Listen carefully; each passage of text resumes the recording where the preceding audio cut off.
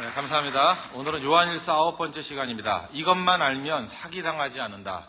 이것만 알면 사기당하지 않는다라는 제목으로 하나님 말씀 증거하도록 하겠습니다. 마귀는 영적으로 사기치는 자입니다. 그 육적인 사기를 당하면 금전적인 손해를 좀 보면 나중에 회복될 길이 있습니다. 그러나 영적인 사기를 당하면 이건 영혼의 문제이기 때문에 우리 쉽게 회복되는 게 아니라 영원한 멸망에 빠질 수밖에 없습니다. 예수님께서는 산상수훈에서 마태복음 7장 22절에서 이렇게 말씀하십니다. 그날에 많은 사람이 나더러 이르되 주여 주여 우리가 주의 이름으로 선지자 노릇하며 주의 이름으로 귀신을 쫓아내며 주의 이름으로 많은 권능을 행치 아니하이나이까 하리니. 그러니까 마지막 때가 되면은 많은 거짓 선지자가 나온다는 것입니다. 근데 이 거짓 선지자를 구별하기 힘들어내는 이유가 뭐냐? 전부 다 예수 이름을 들고 나온다는 것입니다. 그냥 엉뚱한 이름 들고 나오면 그러니까 구분도 편할 건데 전부 다 예수 이름 들고 나오니까 쉽게 구분이 안 되더라는 것입니다. 그래서 이것을 구분할 줄 아는 것, 이게 중요한 분별력이라는 것입니다. 이 세상에는 두 종류의 영이 있다고 성경은 말하고 있습니다. 표현이 다른데 1절과 6절에 표현이 되어 있죠. 1절을 보시면 사랑하는 자들아 영을 다 믿지 말고 오직 영들이 하나님께 속하였나 시험하라. 많은 거짓 선지자가 세상에 나왔음이니라. 그러니까 하나님에 속한 영, 또 하나는 세상에 속한 영이 있다는 걸 알 수 있죠. 그 다음에 6절을 보니까 우리는 하나님께 속하였으니 하나님을 아는 자는 우리의 말을 듣고 하나님께 속하지 아니한 자는 우리의 말을 듣지 아니하나니 진리의 영과 미혹의 영을 이로써 아느니라. 그러니까 진리의 영이 있고 또 미혹의 영이 있다. 한마디로 얘기해서 하나님께 속한 영, 이게 성령이죠. 또 진리의 영, 이게 성령입니다. 반면에 마귀의 영, 악령은 세상에 속한 영이고 미혹의 영. 그러니까 특징이 뭡니까? 별명이 미혹이니까 속이는 자입니다. 항상 속인다는 것입니다. 그래서 우리가 경계하지 않고 신경 쓰지 않으면 항상 속아 넘어갈 수밖에 없습니다. 왜 그렇습니까? 이 미혹의 영은 계속해서 교회를 공격하는데 교회를 공격할 때 정체를 밝히지 않습니다.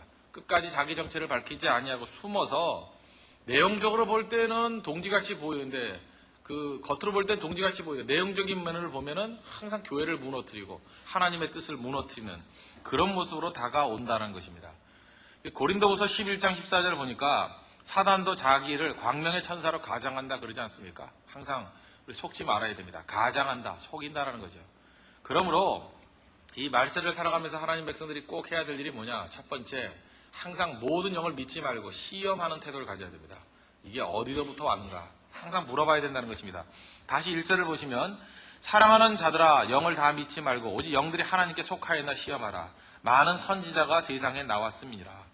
그러니까 모든 영을 다 믿으면 안 되고 영을 시험해야 된다는 것입니다. 시험하는 방법이 두 가지를 오늘 제시하고 있는데 첫 번째 시험 방법은 너무나 쉬운 거기 때문에 쉽게 그냥 90%는 걸러낼 수 있습니다. 2절과 3절 하나님의 영은 이것으로 알지니 곧 예수 그리스도께서 육체로 오신 것을 시인하는 영마다 하나님께 속한 것이요 예수를 시인하지 아니하는 영마다 하나님께 속한 것이 아니니 이것이 곧 적그리스도의 영이니라. 오리라 한 말을 너희가 들었거니와 이제 벌써 세상에 왔느니라.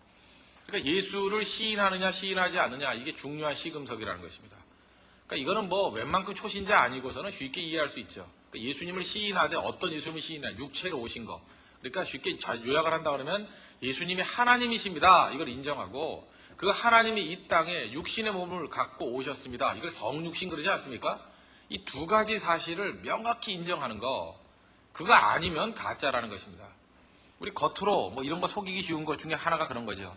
예수님이 인정을 합니다. 예수님이 참 좋으신 분이다. 세계 4대 성자 중에 하나다. 또는 도덕군자 중에 하나다. 또 어떤 사람은 혁명가로서 이 땅에 오셨다. 이런 식으로 예수님을 인정하는 것 같이 보이는데 내용에 있어서는 하나님이심을 부인하고 육체로 오신 것을 부인하는 자들입니다. 이런 것들은 우리가 웬만큼 성숙된 사람들은 잘 넘어가지 않는다고 생각합니다. 또 요즘에는 이제 이것도 한물 같습니다. 이런 식으로 접근하는 거는 잘 넘어가지 않습니다.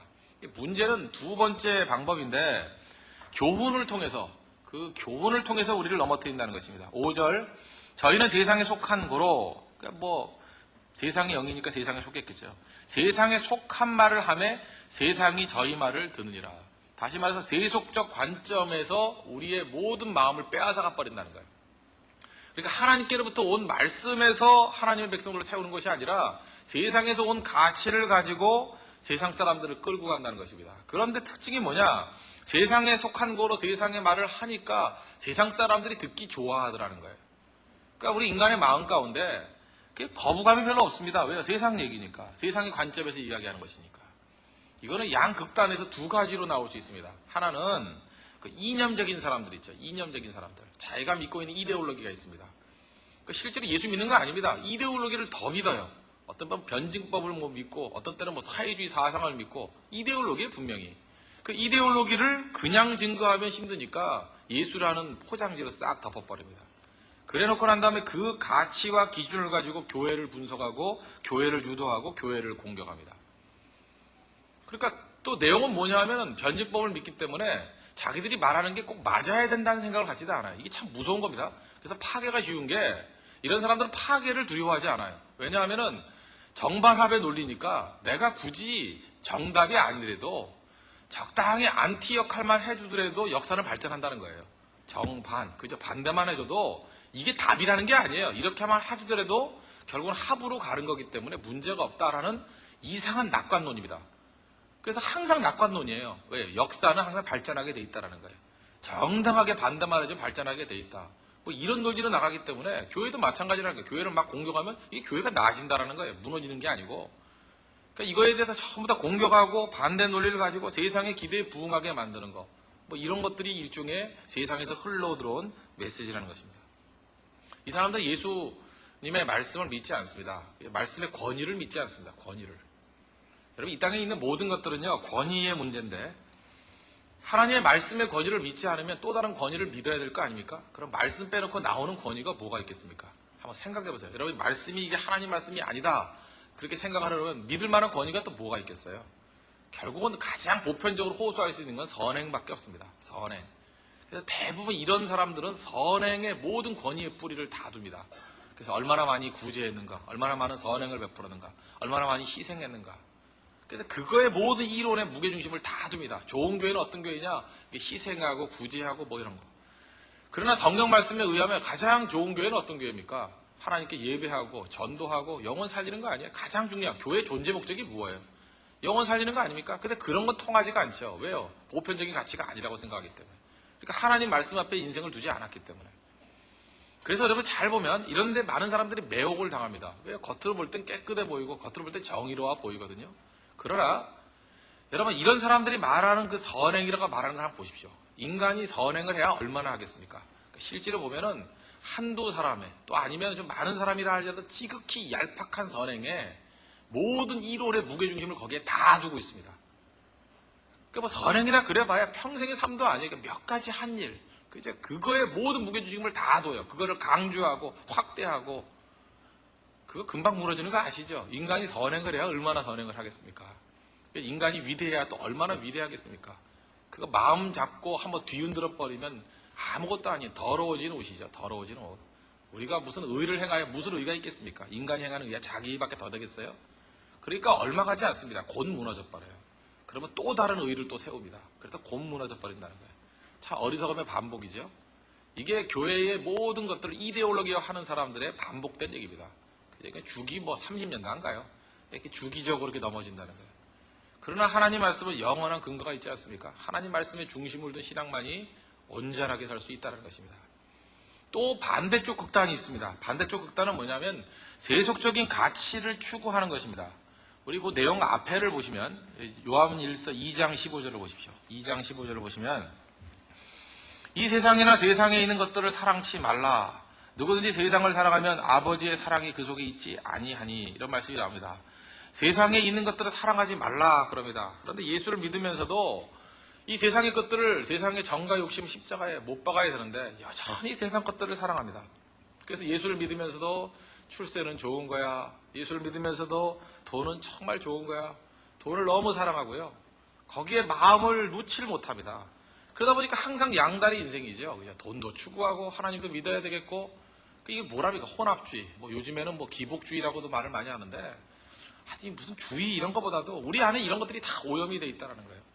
진짜 십자가의 길을 걷고 하나님의 말씀이 진짜 중요하다 그러면 세상의 것들을 사랑치 말라 그랬는데 사랑해요. 너무 사랑해 너무. 이게 우리를 넘어뜨리는 것입니다. 마귀가 이거 굉장히 지금 성공하고 있죠. 지금 잘 보시죠. 양극단이죠. 결국 말씀의 중심 가운데 놓여 있는 사람이 거의 없고 어떤 때는 어떤 사람은 이데올로기 때문에 교회를 다 무너뜨리고 어떤 사람은 이 세속적인 가치 때문에 교회를 다 무너뜨린다는 거예요. 2장 16절을 보시면 이는 세상에 있는 모든 것이 육신의 정욕과 안목의 정욕과 이생의 자랑이니 다 아버지께로 쫓아온 것이 아니요 세상으로 쫓아온 것입니다. 세상에서 쫓아온 게 뭡니까? 아버지께 오지 않은 게 뭐예요? 육신의 정욕, 안목의 정욕, 이생의 자랑 다 이런 것들을 의지하지 않습니까? 우리 영원히 남을 것들에 투자해야죠. 우리가 불시험이 있다 그러죠. 불을 한번 통과하고 난 다음에 남을 게 뭐가 있습니까? 뭐 젊은 사람들은 아직까지 뭐 학교 나오니까 뭐 학벌이 중요하다 그러지만 뭐 한참 지나고 있죠. 무슨 학벌이고 뭐 필요해요? 지나면 아무것도 아니에요. 젊음이 중요하다고요. 팽팽한 피부가 중요하다고요. 그거 얼마나 갑니까? 그거 얼마 가지도 않아요. 마음만 넘어서 가지고 너무 팽팽하면 징그러워요. 귀신 같고. 그렇지 않습니까? 그거 아무것도 아니거든요. 나중에 등도 휘어요. 그거 아십니까? 등도 휘고 지금 벌써 제 친구들 가운데 노안이 오는 애들이 있어요. 노안. 그래서 그 더블 포커스로 이렇게 보는 애들이 있죠. 밑에 이렇게 있고. 근데 요즘에 그것도 눈에 안 띄게 이렇게 뭐 이렇게 가려지게 하는 것도 있대요. 벌써 그래요. 벌써 머리카락 다 빠지고 식욕 떨어지고. 인생은 아무것도 아니거든요. 왜 그런데 인생을 걸어요? 그죠? 아무것도 아니라고 다 사라져버릴 것들. 그러니까 우리가 이 세상에서 오는 것들, 쉽게 말해서 광고에서 우리가 계속해서 유혹하는 메시지도 있지 않습니까? 이걸 추구하면 행복합니다. 이거 하면 행복합니다. 이렇게 집을 꾸미면 행복합니다. 한번 해보십시오. 집도 꾸며보고, 한번 옷도 한번 치장해보고, 뭐 다 한번 해보라고요. 만족이 얼마나 갑니까? 조금 지나가면 다 사라져버릴 거라고요. 이것은 아버지께로 쫓아온 것이 아니니 세상으로부터 쫓아온 것이요.